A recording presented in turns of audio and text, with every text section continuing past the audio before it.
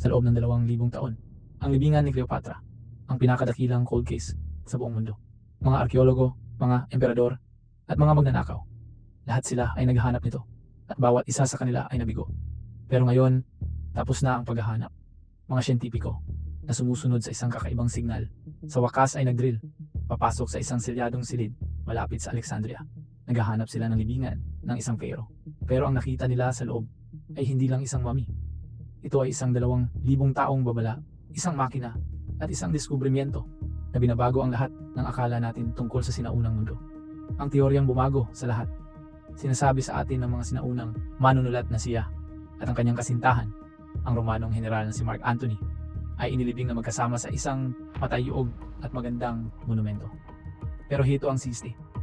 Hindi nila sinabi kung saan. Ang buong lungsod ng Alexandria, ang maharlikang kabisera ni Cleopatra, ay hinanap na sa loob ng ilang siglo. Pero walang natagpuan. Walang libingan, walang mummy, walang bakas. Kaya ganito ang usapan. Maraming tao ang nag-iisip na kilala nila ang Alexandria, ang lungsod na may dakilang parola at ang alamat na aklatan. Ang hindi alam ng karamihan ay wala na ang Alexandria ni Cleopatra. Noong ika-4 na siglo, isang napakalaking lindol at tsunami ang yumanig sa Mediterranean. Ang buong maharlikang distrito, mga palasyo ni Cleopatra, mga templo, at ang malamang na lokasyon ng kanyang libingan, lumubog sa dagat. Sa loob ng mahigit 1,006 na raang taon, nakahiga lang ito sa ilalim ng daungan, natakpan ng buhangin at bato. Para sa karamihan, ibig sabihin nito ay nawala na ang libingan magpakailanman. Pero hindi ganoon kasimple. Dito papasok ang isang arkeologo, si Dr. Kathleen Martinez. Meron siyang teorya. Isang teorya na napakabago, napakatapang, na sa loob ng maraming taon, akala ng mga tao sa kanyang larangan na baliw siya. Tiningnan ni Martinez ang parehong mga katotohanan at nakarating sa isang ganap na kaibang konklusyon. Ayon sa kanya, si Cleopatra, isang napakatalino na estratehista, ay hindi kailanman magpapalilibing sa isang lugar na napakadaling mahanap ng kanyang mga kaaway na Romano. Kinapupuotan siya ng bagong emperador na si Octavian. Gusto-gusto niyang lapastanganin ang kanyang libingan. Pero higit pa riyan, itinuturing ni Cleopatra ang sarili niya bilang isang buhay na diyosa. Partikular, tinawag niya ang sarili bilang ang bagong Isis. Si Isis ang Egyptian na diyosa ng mahika, pagiging ina, at ng kabilang buhay. Ang buong kwento niya ay tungkol sa kanyang asawa, ang diyos na si Osiris, na pinagtaksilan at inagaw mula sa kanya. Hinanap siya ni Isis, binuo siyang muli, at ginamit ang kanyang mahika para buhayin siyang muli. Oo, tungkol diyan. Naniniwala si Martinez na si Cleopatra, na eksperto sa public image, ay gusto na ang kanyang sariling pagpanaw ay mag-mirror ng mitong ito. Hindi siya ililibing. Siya ay magbabagong anyo. Para gawin iyon, kailangan niyang mailibing hindi sa kanyang palasyo, kundi sa isang banal na lugar na nakalaan kay Osiris. Isang lugar kung saan, sa kamatayan, si Isis, Cleopatra, ay makakapagkaisa sa kanyang asawa, Mark Antony, at makakamit ang muling pagkabuhay. Ang nakatagong pahiwatig, nakakakita ang team sa Tapo Series Magna ng mga kawili-wiling bagay, pero hindi ang pangunahing premyo. Nadiskubre nila ang mga barya na may mukha ni Cleopatra, mga rebulto ng Diyos ng Isis, at mga shaft na patungo sa mga libingan. Pero lahat ito ay parang background noise lang. Wala ang wow factor. Pero kumbinsido si Martinez na nagsisimula pa lang sila. Tama siya, pero wala siyang ideya kung ano ang nasa ilalim ng kanyang mga paa. Ang unang pahiwatig ay isang nakalimutang ulat mula noong 1972. Isang grupo ng mga Soviet na siyentipiko ang nag-iskan ng parehong gulod, naghahanap ng langis. Nakakuha ang kanilang seismic equipment ng isang bagay na kakaiba. Isang mahina, ritmikong vibrasyon mula sa malalim na ilalim ng lupa. Hindi ito lindol. Ito ay isang perpektong tiyempong pulso. Umuulit bawat 42 segundo. Alam na ito ng mga lokal na tribong Bedouin sa loob ng ilang siglo. Mayroon silang pangalan para sa lugar. Hab al-Nafas. Ang lugar na humihinga. Nilog ng mga Soviet ang data at dahil Cold War noon, inifail ito at nakalimutan. Fast forward sa mga early 2000s. Mga satellite scan ng parehong gulod ang nagpakita ng mga kakaibang pattern sa ilalim ng buhangin. Malilinis, geometric na hugis na mukhang gawa ng tao. At ito ang magugulat kayo. Ipinakita ng thermal imaging na ang mga hugis na ito ay nagbibigay ng mahina heat signature. Nang makuha ng team ni Martinez ang bagong data na ito, nagdala sila ng sarili nilang high-tech na kagamitan at nandoon pa rin ang pulso. 42 segundo tulad ng orasan. Ang nakakatakot na parte ay ang numero mismo sa sinaunang Egyptian Book of the Dead, ang kaluluwa. Sa paglalakbay nito patungo sa kabilang buhay, ay kailangang humarap sa 42 hukom na magpapasya ng kanyang kapalaran. Isang pagkakataon, posible, pero isang nakakatakot na pagkakataon. Nagsimula ang team ng isang kontroladong excavation base sa mga satellite images. Nag-alis sila ng toneladang buhangin at ilang dosen ng talampakan pababa. Tumama sila sa makinis, ukit na bato. Ito ang tuktok ng isang templo. Habang humuhukay sila ng mas malalim, natagpuan nila ang mga pader. At ang mga inscription dito, ang bumago sa lahat. Ang mga ukit ay bilingwal. Nakasulat ang mga ito sa parehong sinaunang Egyptian hieroglyphs at Greek. Ito ang smoking gun. Halos hindi ginagawa ito ng mga Egyptian na templo. Pero si Cleopatra ay hindi lang Egyptian. Siya ay Greek, ang huling pinuno ng Ptolemaic Dynasty. Siya ang tanging pinuno sa kanyang linya sa loob ng 300 taon na nag-abalang matuto ng wikang Egyptian. Itong templo na pinagsama ang dalawang kultura ay ang kanyang lagda para bang nakakita ng fingerprint. Mas malakas na ngayon ang pulso. Sinabi ng mga manggagawa na nararamdaman nila ito sa mga talampakan ng kanilang bota. Isang gabi, nakuhanan ito ng mga security camera na nakaset up sa paligid ng dig site. Ang buhangin, gumagalaw ito. Mahina ang mga alon, kumakalat sa ibabaw, sa perpektong tiempo, sa 42 segundong pulso. Hindi ito hangin, hindi ito glitch. Buhay ang mismong lupa, ang babala sa dingding. Kailangan malaman ng team kung saan nanggagaling ang pulso. Nagdala sila ng ground penetrating radar at itinuro ito sa sahig ng templo. Nang bumalik ang mga imahe, tumahimik ang buong silid. Sa ilalim ng templo, na inukit sa solidong limestone na bedrock, ay isang tunnel. Isang perpektong tunnel. Mga 6 na talampakan ng taas at tumakbo sa isang perpektong tuwid na linya sa loob ng mahigit 4,000 talampakan. Halos 1 milya iyon. Mahihirapan ang mga modernong ininyero na gawin ito. Pero ang mga sinaunang tagapagtayo na supposedly ay may bronze at batong kasangkapan lang ay nag-ukit ng isang daanan na imposibleng katumpakan. Mukhang hindi ito inukit kundi hiniwa ng isang bagay na makapangyarihan. Walang mga marka ng kasangkapan. Ang mga pader ay makinis, halos pinakintab. Ay sa kahabaan ng mga pader, umuulit ng paulit-ulit ay isang pariralang nakaukit sa Greek at Egyptian. Ang Ray. Buhay na nabago. Hindi ito libingan. Ito ay isang koridor ng muling pagsilang. May patutunguhan ng tunnel. Ipinakita ng radar na nagtatapos ito sa isang malaki, bilog na lukab. Mga 65 talampakan ang lapad. Nakabaon ng 100 talampakan sa ilalim. At ang pulso ay nanggagaling mismo sa gitna nito. Kailangan nilang makita ang loob. Nag-drill ang team ng isang makitid na butas. Tinutusok ang huling layer ng bato. Sa sandaling nakalusot sila, isang bugso ng malamig na hangin ang lumabas sa butas. Sumisipol na parang nabutas na gulong. Matalim ang amoy, parang ozone at metal. Nang ibaba nila ang isang kamera, nakita nila ang silid. At hindi ito katulad ng anumang bagay mula sa sinaunang Ehipto.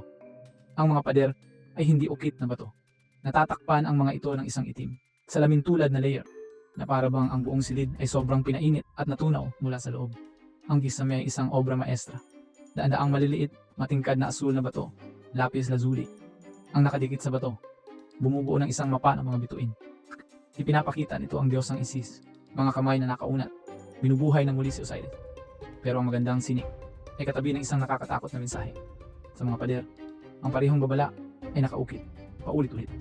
Guluhin ang pagkakaisa at masisira ang balanse. At malapit sa sahig, halos nakatago, ay isa pang linya. Ang dugo ay tutulo mula sa kaliwang mata pababa. Sa gitna ng silid na ito, na may liwanag ng mga bituin at natunaw ng mga pader, ay 2 batong plataforma. Asa isa, isang solong, kakaibang bagay. Isa itong silindro ng tanso, mga kasing haba ng braso ng isang tao. At habang nag-zoom in ang camera, nakita ng team na may mga nakaukit na spiral. At nanginginig ito, ang huling sikreto ng Reyna. Kailangan pumasok ng team. Tumagal ito ng ilang linggo, pero sa wakas ay nakapag-cut sila ng daanan papasok sa natunaw na silid. Makapal, mabigat, at mainit ang hangin. Napakalakas na ng pulso na parang isang bass note sa kanilang mga dibdib. Malinaw ang pinagmulan. Nanggagaling ito sa isang napakalaki, selyadong kahon na nakaupo sa gitna ng silid. Isa itong sarcophagus. Pero gawa ito sa isang solong, higanting blok ng pinakintab na itim na granito. Selyado ito ng makapal, madilim na resin at mga banda ng tingga. Hindi ito para pigilan ang mga magnanakaw. Ito ay para pigilan ang isang bagay sa loob. Sa pamamagitan ng isang crane, dahan-dahan, maingat nilang itinaas ang napakalaking takip.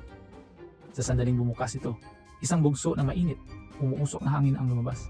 Ilang degrees na mas mainit sa loob ng sarcophagus kaysa sa maligamgam ng silid. Inaasahan ng lahat ang alikabok at mga buto. Pero hindi iyon ang nakita nila. Sa loob, dalawang figura ang nakahiga ng magkatabi. Nakabalot sila sa makapal na linen. Pero ang mga balot ay magkadikit na. Natunaw at naging isang matigas na balat. Ang kanilang mga gintong funerary mask ay literal na natunaw sa tela. Sa pagitan nila, nakasilong sa kanilang mga braso, ay ang silindro ng tanso. Umuugong ito, mainit sa hawak, at pumipulso bawat 42 segundo. Sinuri ng team ang dalawang katawan. Ang lalaking figura na pinaniniwalaang si Mark Anthony ay nasa masamang kondisyon. Pero ang pinsala ay hindi natural. Nabuksan ang kanyang chest cavity. Ang mga tadyang ay nakabaluktot palabas. Ang espasyong dapat naroon ang kanyang puso ay puno ng isang solidong block ng itim na resin. May guhit ng mercury. Hindi ito preservation. Ito ay isang ritual ng containment. Pagkatapos ay bumaling sila sa babaeng figura. Mas maliit siya at mas maayos ang kondisyon. Nakadikit sa tumigas na linen sa ibabaw ng kanyang puso ay isang magandang gintong palamuti. Ito ang figura ni Isis, mga pakpak na nakaunat. At sa kanyang pulso, isang pulseras. Hinulma ito sa hugis ng isang kobra. Ang ulo nito ay nakataas. Ang mga pangil ay nakalabas. Napakatahimik ng silid. Ayon sa field notes, bumulong lang si Dr. Martinez. Siya iyon. Ito ang simbolo ni Cleopatra. Ang nilalang mula sa mga kwento ng kanyang mga huling sandali. Kalaunan, kinumpirma ng mga DNA test sa mga fragment ang maharlikang Ptolemaic bloodline. Siya ito. Nahanap na nila siya. Pero ang diskubrimiento ay nagdulot ng mas maraming tanong kaysa sagot. Bakit mainit ang libingan? Bakit natunaw ang mga katawan? At ano itong pumipulsong kagamitang tanso? Ang paghatol kay Cleopatra. Ang itim na sarcophagus ang sentro ng atensyon. Lahat ng mga kamera, lahat ng mga ulat, nakatutok sa napakalaki, nakatatakot na kahon na iyon. Ipinagdiwang ng World Press ang pagkatuklas ng huling hantungan ni Cleopatra. Pero mali sila. Alam ng team sa site na hindi ito ang huling silid. Masyadong simple ang pakiramdam. Masyadong parang isang palabas para sa posterity. Isang distraction. Isang makitid na daanan. Nakatago sa likod ng isang peking pader. Isang detalyeng halos hindi na-detect ng ground-penetrating radar. Ang humantong ng mas malalim sa ilalim ng lupa. Ito ang bahagi ng diskubrimiento na agad na na-classify. Ito ang bahagi na itinago ng mga autoridad. Ang bahaging tinanggal sa mga opisyal ng press release. Dahil ito ang bahaging binabago, hindi lang ang ating pananaw kay Cleopatra, kundi ang ating pag-unawa sa sinaunang mundo. Masikip ang daanan, pababa sa isang hindi natural na anggulo. Ang hangin ay lumalamig at lumalakas. Nagbukas ito sa isang mas maliit, bilog na silid, hiniwa mula sa bedrock, at puno ito ng mga bungo. Hindi isang libingan, kundi isang galerya. 36 sa kanila. Ang numero mismo ay mahalaga, pero ang pagkakaayos ang nagpahinto sa team. Organisado sila ng perpekto sa 12 magkakahiwalay na alcove, na may 3 bungo sa bawat isa. Hindi lang sila itinambak na parang karaniwang ossuary. Nakatayo sila sa maingat na inukit ng mga batong istante. Lahat sila nakaharap sa eksaktong gitna ng silid, na parabang nanonood sila. Naghihintay. Lalo lang pinalalalim ng forensic analysis ang misteryo. Hindi ito koleksyon ng mga natalo na kaaway. Ito ay isang komunidad. Ang mga bungo ay pag-aari ng 12 lalaki, 12 babae, at 12 bata. Isang kumpleto, simbolikong populasyon, isinakripisyo at pre-preserve. At dumating ang nakakatakot na parte. Ang detalyeng magpapakilabot sa iyo. Bawat isang bungo ay walang lower jaw. Ang mandible, ang bahagi ng bungo na nagpapahintulot ng pananalita, ay sadyang tinanggal. Mga tahimik na bantay. At ang mga eye socket, ito ang nagpahanga sa mga mananaliksik. Nabubura ng mga ito ng isang pino, halos hindi nakikitang pulbos ng ginto.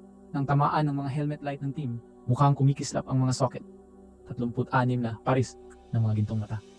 Nakatitig mula sa kadiliman. Bakit ginto? Bakit katahimikan? Ano ang layunin ng makabre? Ngunit magandang display na ito. Sa eksaktong gitna ng silid, sa isang maliit na basalt na plataporma, ay isang solong, malaking ang sinaunang simbolo ng buhay. Nakakasakal ang ironiya. Isang simbolo ng buhay sa isang silid na nakalaan sa kamatayan. Sa ibabaw ng ay 2 maliliit na tansong tasa na pinag-isa ng matinding init. Natunaw sa isang solong, permanenteng bagay. Isang pagkakaisa. Ang isa sa mga tasa ay naglalaman ng isang tuyo, itim, malagkit na substansya. Hindi malinaw ang mga paunang field test. Pero ang mga resulta ng laboratorio na dumating makalipas ang ilang linggo ay nakakatakot. Kinumpirmang ang substansya ay dugo ng tao na maraming halong mercury. Isang ritual na cocktail. At sa pader, nakaukit sa ibabaw ng pangunahing alcove, ang huling inskripsyon. Walang mga banta ng sumpa, walang mga kwento ng kalwalhatian. Isang simpleng pangungusap lang. Binabantayan nila ang daanan at pinapanatili ang balanse. Anong balanse? Ang balanse sa pagitan ng ano? Dito na unawaan ng team at ng kanilang leader na si Dr. Martinez ang lawak ng kanilang natagpuan. Ito ay lampas na sa arkeolohiya. Ang huling opisyal na ulat ni Dr. Martinez na inifile bago silyuhan ng militar ng Ehipto. Ang site ng walang katapusan ay malinaw ang pahayag. Nakakatakot ang kanyang mga salita. Mali kami. Naghahanap kami ng katawan. Nakahanap kami ng makina. Hindi ito libingan. Ito ay isang mekanismo na gawa sa kamatayan. Kaya balikan natin at pagsamahin ang mga piraso dahil ito ang misteryo. Ang mga nanonood nito ay naghahanap ng kwento. Ito ang kwentong itinago sa inyo. Mayroon tayong reyna, si Cleopatra, na hindi lang nagahari bilang pharaoh. Naniniwala siyang siya ay isang buhay na diyosa, ang inkarnasyon ni Isis. Ang obsesyon ng kanyang buhay ay ang kanyang patay na kasintahan, si Anthony, na itinuturing niyang kanyang Osiris. Gusto niyang magkaisa silang muli, hindi lang sa espiritu, kundi sa isang pisikal, engineered na kabilang buhay. Para gawin ito, nagtayo siya ng isang templo na isa talagang makina, isang device. Ang libingan ay pinapatakbo ng kakaibang silindro ng tanso na nakita sa unang silid. Ang pumipulso pa rin ng low energy field bawat 42 segundo, ang eksaktong bilang ng mga hukom ng mga patay. Tinunaw niya ang panloob na silid. Sinilyuhan niya ang sarili sa loob, kasama ang vaporized na tingga at likidong mercury. At ginamit niya ang 36 na bantay, ang mga tahimik, gintong matang bungo, at isang sakripisyo ng dugo sa dalawang pinagsamang tasa para panatilihin ang balanse. May namimiss pa tayong mahalagang detalye. Malamang namimiss natin lahat ng mahalagang detalye. Ang punto ay, ang diskubriyong ito, kung totoo ay nangangahulugan na si Cleopatra, ay hindi lang isang politikal na pinuno. Siya ay iba pa. Isang master ng mga ritual at nakalimutang siyensya na wala tayong alam. Hindi lang niya tinapos ang buhay niya sa pamamagitan ng isang ahas. Binago niya ito. Sinubukan niyang i-engineer ang kanyang kabilang buhay. Outro. Kaya, ano sa tingin mo? Si Cleopatra ba ay isang reyna lang? O nagtayo siya ng makina para maging Diyos? At ano ang mangyayari ngayong nabuksan na natin ang pinto? Ipaalam sa amin sa mga komento. At huwag kalimutang mag-like at mag-subscribe.